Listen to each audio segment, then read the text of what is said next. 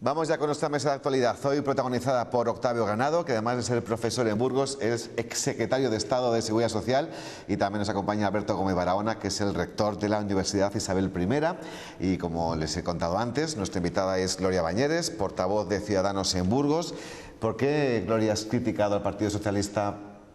¿Les has acusado de bajarse los pantalones a raíz de recibir las conclusiones de un informe externo que trataba todo lo relacionado con la deuda del consorcio del desvío? Pues sí, creo que han tirado la toalla y se han resignado ante un informe que no cumple con las expectativas. Cuando digo que no cumple con las expectativas no quiere decir que tenía que decir aquello que queríamos oír, que nos hubiera gustado por otro lado, sino que entendíamos y sometimos entre los tres grupos de la oposición una serie de extremos al señor Jiménez Blanco, que no ha resuelto, algunos de ellos ha dejado sin resolver o ha pasado de forma muy superficial.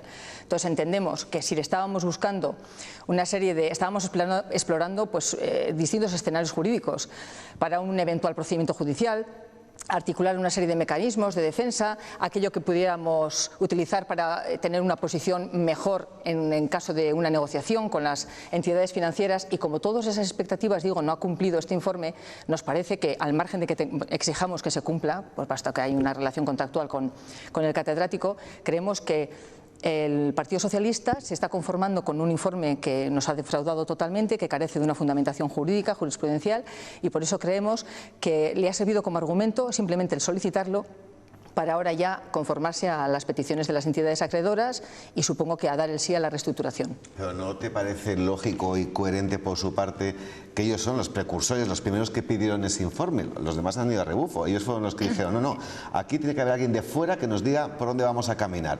Se lo dicen, les gustará más, gustará menos, pero lo acatan, ¿no? Acatar lo tendremos que acatar todos, no podemos estar pidiendo informes per in seculo, ¿no? Y los demás también, lo que pasa es que no quita para que podamos valorar y entender que es incompleto y que nos ha defraudado. El hecho de que no hayan sido críticos y que hayan puesto solo el acento en aquella parte que le ha podido beneficiar un poco al Partido Socialista como tal, que es centrar todo el problema del consorcio en el acuerdo de mayo del 14, en vez de retrotraerse a la famosa cláusula Olivares, porque al final siempre hay un debate ahí, socialistas PP, PP socialistas, sobre ese tema, ¿no? Entonces se han conformado con ese punto, con esa lupa que ha puesto el señor Jiménez Blanco sobre ese asunto, y ya con eso se han quedado justificados. Nos ha parecido pobre su postura. ¿Y qué le parece a usted lo que dice el informe sobre Olivares y ser garante universal el ayuntamiento? A mí me parece gravísimas las conclusiones que saca, sobre todo cuando no tienen una fundamentación jurídica.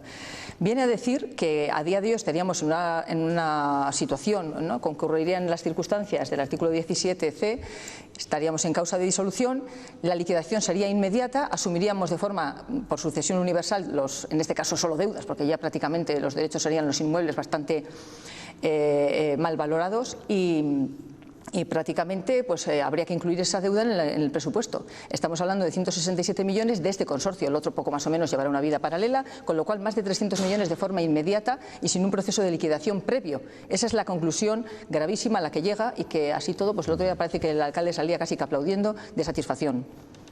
Bueno, no sé de satisfacción, simplemente que han dicho el informe lo que ellos ya han avanzado, ¿no? El equipo de gobierno que iba a ocurrir, porque no debe de haber otra opción, otra solución. No sé si lo vean así Octavio y Alberto. Bueno, yo en esta mesa soy el único que no soy profesional del derecho, entonces tengo que hablar con mucha prudencia, ¿no? Lo primero que hago es tener en ese sentido un cierto respeto por lo que dicen los profesionales del derecho.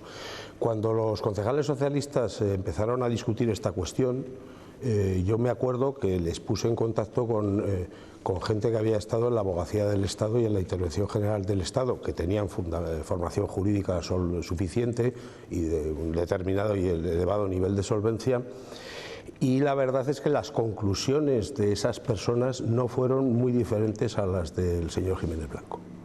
No fueron muy diferentes, es decir, yo entiendo que a todo el mundo nos gusta que nos den la razón, y cuando no nos la dan pues nos sentamos ofendidos. Hombre, el decir que no vamos a pedir un informe tras otro diciendo no, pero como este no nos gusta porque nos ha defraudado, vamos a pedir una ampliación del informe que diga. Yo creo que el informe en sí mismo es tan valioso por lo que dice, aunque pueda parecer grave, como por lo que no quiere decir, porque probablemente si hubiera dicho eso que no ha querido decir, pues lo que sería es más contundente la gravedad, ¿no? Y en ese sentido pues aquí nos queda abierta una única vía, que es la que lógicamente se deriva de la obligación de negociar con las partes. La idea del desvío del ferrocarril, cuando uno busca como socios entidades financieras, pues pone uno, y la señora Bañeres lo ha dicho con mucha claridad, en la situación de unos acreedores, que son los que han posibilitado la ayuda financiera necesaria para acometer la obra, y unos deudores, que somos los ciudadanos de Burgos que estamos disfrutando de la obra que ha hecho el ayuntamiento. Y esa relación es muy complicada, ¿no? La verdad es que si uno analiza los documentos que el Ministerio de Hacienda y la Intervención General del Estado están haciendo sobre las corporaciones locales en relación con las empresas públicas, con los entes de gestión, con todo tipo de estructuras paralelas que han creado todos y cada uno de los ayuntamientos de España para intentar, a fin de cuentas, no consolidar la deuda dentro de los presupuestos municipales, pues uno descubre una posición muy firme en contra de que esa deuda quede embalsada y al margen de los canales habituales de consolidación. Alberto, de lo que ha dicho nuestra invitada Gloria Bañeres, básicamente me interesa tu opinión. Aparte que tú también te has leído el informe, sí, también tienes tus conclusiones como abogado también. Bueno, la verdad es que he tenido una hora que me lo habéis pasado para podérmelo leer, ¿no? Y en esa lectura rápida, bueno, en primer lugar yo creo que todos los burgaleses deben saber que el consorcio fue desorbitado en el modo de financiación. La prestadora del servicio, que era Renfe, no ponía un solo duro. Esto ya es de analizar. Después, por si quedara poco, el que avalaba con carácter universal era el propio ayuntamiento, cosa que también podemos hacer otras comparaciones con otras ciudades que no ocurre así. Luego ya el convenio era en sí muy gravoso para la ciudad y yo creo que era manifiestamente mejorable su negociación. Pero entrando ya en el informe, pues yo el informe lo he leído de forma muy rápida. En primer lugar, tengo que decir que Antonio Jiménez Blanco me merece todo mi respeto, toda mi consideración. Pero sí que es cierto que me han quedado cosas en el aire de esa lectura urgente y rápida, ¿no? En primer lugar, hace un informe pro veritate, ¿no? Es decir, bueno, yo voy a poner casi la sentencia, ¿no? A veces un informe de parte tiene que decir qué caminos se pueden explorar para que luego el órgano que tiene que decidir alcance la conclusión. Enseguida yo creo, después de muchos antecedentes de 80 páginas, cuando empieza lo interesante, que es en la página 80, por así decirlo de alguna forma, de ese informe, a cualquiera que le digamos esto dirá, ¿cómo se ha podido llegar a la página 80? Pues hemos llegado a la página 80. Cuando empieza lo interesante, hay una cuestión en la que no se entra y se dice que no se va a entrar. Claro, para que pueda existir un consorcio es necesario que esté el ayuntamiento por un lado y entidades sin ánimo de lucro por otro. Pero ¿qué es lo que ocurre? Que cuando desaparecieron las cajas de ahorro como entidades sin ánimo de lucro y fueron sustituidas financieramente por entidades financieras, ahí hay un momento en el que hay que decir qué es lo que pasa. Y ahí no se dice lo que pasa y se dice expresamente que no se dice nada sobre este tema. Por otro lado, en ningún momento se atiende a la posibilidad o análisis, que quizá debiera haber contado con el acompañamiento de otro profesional más mercantil, se habla de la posibilidad de un concurso y hay precedentes en nuestro sistema jurídico de numerosos consorcios de promoción inmobiliaria de viviendas que han hecho su proceso de disolución a través de concursos correspondientes. Y en tercer lugar, para mí era muy importante analizar el aval en sí mismo. Ahora mismo acabamos de ver una sentencia del Tribunal de Justicia de la Unión Europea que dice en qué supuestos un aval puede tener valor o no tiene valor. Para mí son tres cuestiones muy importantes del informe a las que no se dice nada y a mí me hubiera parecido interesante que se hubieran analizado. Dicho esto, luego entraríamos en el fondo del asunto, que es la dimensión, por así decirlo, política que puede tener el tema. Pero estas tres omisiones me parece que son reseñables y que por lo menos se debiera explorar un poquito sobre ellas antes de tomar una decisión definitiva. Explorar significa pedir ampliación en este caso, Gloria. Más que ampliación, cumplimiento del contrato. Se le sometieron una serie de extremos, no ha cumplido. Yo creo que debería determinar su informe. Lo que está señalando Alberto, que te agradezco muchísimo el comentario, porque a veces da la sensación de que estamos luchando solos, que a todo el mundo le ha parecido maravilloso por el hecho de que se titule catedrático en Derecho Administrativo. Y no digo yo que no lo sea, y no le conozco, pero por supuesto me merece mucho respeto. Pero al final lo que hace es, de forma subjetiva, dar una opinión personal, que puede ser muy válida, pero no es lo que le hemos pedido. Y no, como decía Octavio, esto no es una sentencia que nos tiene que quitar o dar razones. No estoy buscando que me den la razón, estoy buscando que me digan algo razonadamente o desde un punto de vista jurídico, ¿no? El tema de quiénes son las entidades consorciadas. A día de hoy no sabemos con quién estamos consorciados, porque después de todo el proceso de transformación, primero de transmisión de activos financieros de las entidades de ahorro a las que luego fueron Caja 3 o Banca Cívica, y luego el proceso de absorción por CaixaBank y Ibercaja. Bueno, pues a día de hoy no se han modificado los estatutos, no se ha hecho constar en todas las actas esos cambios, y llega un momento en que Caja Círculo como fundación dice que ellos han cedido los derechos políticos de representación en el consorcio a Ibercaja, e Ibercaja dice que ellos no los han admitido y que no es cierto, pero concurren los unos y los otros a todos los consejos de administración, o consejo rector. ¿Y todos los acuerdos que se hayan adoptado en esos consejos eran válidos, no eran válidos? El último, en el que se adoptó por mayoría del PP junto con las fundaciones la reestructuración de la deuda, estaba Ibercaja, comparecieran miembros de Ibercaja a los que les había dado la representación el presidente Luis Conde, que dice que él no tiene derechos políticos, luego no puede hacer lo que no tienes. Quiere decir que es una situación muy compleja que no ha entrado nadie en estudiar. Pero lo que sí que es una realidad totalmente constatada es que les debemos dinero y que tenemos que pagar. Eso no lo cambia lo que acabas de relatar, Gloria. No, pero lo que está claro es que no es lo mismo que unas entidades que en su momento fueron privilegiadas, a las que se les dejó entrar en un consorcio con exclusión del resto de entidades de ahorro o financieras de aquel momento, que entraban con unas buenas expectativas de negocio, que luego se han visto frustradas para todos por el tema del pinchazo de la burbuja inmobiliaria. Pero yo creo, y ahí me dará a lo mejor la razón Alberto, sí, que el derecho viene a temperar ese desequilibrio de posiciones. Y si en un momento asumimos que todo iba a ir bien y que al final, si pasaba algo, asumíamos solo lo bueno, cuando se ha convertido eso, que solo asumimos lo malo, creo que el derecho puede atemperar. Quiero dejar este tema en la mesa para que lo reflexionen Octavio y Alberto. No, a mí me interesaría dejar claras dos cosas. En primer lugar, que las entidades financieras, las cajas de ahorro siempre han compartido una vocación de ser entidades sin ánimo de lucro y la posibilidad de establecer entidades bancarias, fichas bancarias, etcétera, que este es un proceso que arranca desde la Ley de Organización y Funcionamiento de las Cajas de Ahorro y que en todos los casos eso se ha hecho suficientemente porque está tutelado por el Banco de España.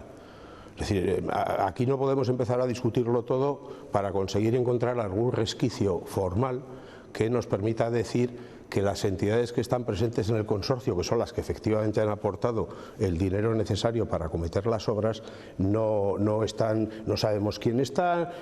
Eso puede ser interesante en argumento, en un pleito, ¿no? Quiero decir que eso es un argumento que yo, que no soy abogado, me suena como muy de abogados, ¿no? En segundo lugar, a mí me parece que tiene poco recorrido esa cuestión de si tenían o no tenían ánimo de lucro las cajas, porque a fin de cuentas lo que podemos deducir de la historia de las cajas de ahorro, me estoy leyendo el libro magnífico de Francisco Comín sobre la historia de las cajas de ahorro, que es un libro excelente que no recomiendo a los espectadores porque es un volumen enormemente denso. Pero al final lo que está muy claro es que mientras las cajas de ahorro han funcionado bien, han aportado beneficios enormes a sus comunidades, beneficios enormes en forma de obra social, de la puesta en marcha de infraestructuras sociales, y cuando les ha ido mal nos han hecho un roto espantoso, que podemos medir en decenas de miles de millones de euros, que si hubieran sido bancos no hubiéramos pagado. Entonces, a mí me parece de poco recorrido esa manifestación de si eran sin ánimo de lucro, que si fueron privilegiadas cuando hicieron el consorcio, pues no lo sé si fueron privilegiadas. En estos momentos probablemente se estén arrepintiendo de haber, porque es verdad que la burbuja inmobiliaria se nos ha caído encima. Lo que está claro es que fueron necesarias. Pero en todo caso fueron las que pagaron.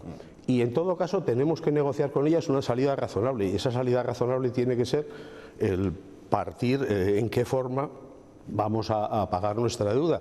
No sería irracional, por ejemplo, que buscáramos una forma, introduciendo en la cuestión el Gobierno de España y el Banco de España, de pagar la deuda con el propio bien que teóricamente debía soportar el pago, que eran los solares que generaba la operación. Claro. Y yo ya sé que esto va en contra de la política del Banco de España y va en contra de toda la política financiera de los últimos años.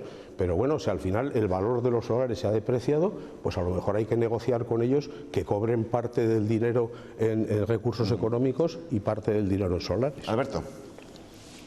Yo creo que esto tiene tres partes, ¿no? La primera, en origen, los convenios de verdad son realmente descabellados desde mi punto de vista. Cuando les vi por primera vez no daba crédito, la situación que quedaba Renfe, cómo se hacía todo el proceso. Primera cuestión. El final de la cuestión, sin entrar en el informe jurídico, yo creo que quizá la reestructuración de la deuda o ponerse a negociar y hablar, sin ninguna duda, yo creo que es conveniente, por la propia complejidad. Hay quienes dicen que en pleitos te veas y los ganes, no digo nada si los pierdes, ¿no? O sea, que en consecuencia yo creo que lo sensato es negociar, pero a la hora de negociar hay que tener en cuenta que no todo es tan claro y transparente como da la sensación. Es decir, yo dudo que la causa de disolución esté en la imposibilidad de devolver materialmente el crédito, que puede haber causas de disolución previas no imputables al propio ayuntamiento, que los temas de representación que decía Gloria puede haber su parte de interés. Por lo tanto, yo creo que las partes se deben de sentar, que no todos tienen la certeza y seguridad jurídica necesaria para decir que es muy robusta su situación y posición jurídica y que todos tendrían que dejar alguna pluma en este tema.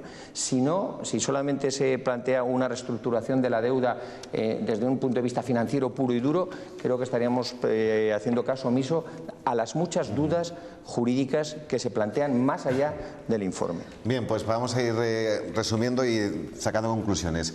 Ciudadanos ha pedido una ampliación de ese informe.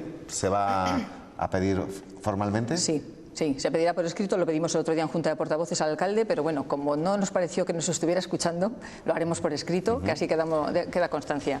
Y luego cada uno de los grupos trasladamos al alcalde lo que queremos que a su vez él trasladar a las entidades financieras. Somos conscientes de que el problema hay que solucionarlo, de que no podemos darle largas y que es una espada de Damocles, pero estoy de acuerdo con Alberto y era lo que se buscaba con el informe, quizá llevar un bagaje y llevar una serie de argumentos jurídicos que pusieran en tela de juicio la posición tan dominante que tienen las entidades de crédito. Nosotros, por otro lado, siempre hemos pretendido, nunca hemos impugnado ni hemos criticado la reestructuración propuesta por las entidades bancarias. Vamos a ver, cuando son acreedores, cualquier margen que te quieran dar en plazo o en quita o en un interés mejor, pues bueno, bienvenido sea, si eso nunca no lo hemos criticado.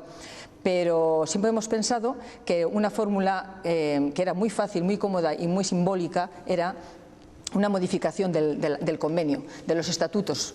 Si la cláusula 18 que dice que somos sucesores universales solo ayuntamiento se modificase por parte de las tres entidades consorciadas, asumiendo cada una un porcentaje, al final realmente es simbólico, nunca se va a llegar a ese momento.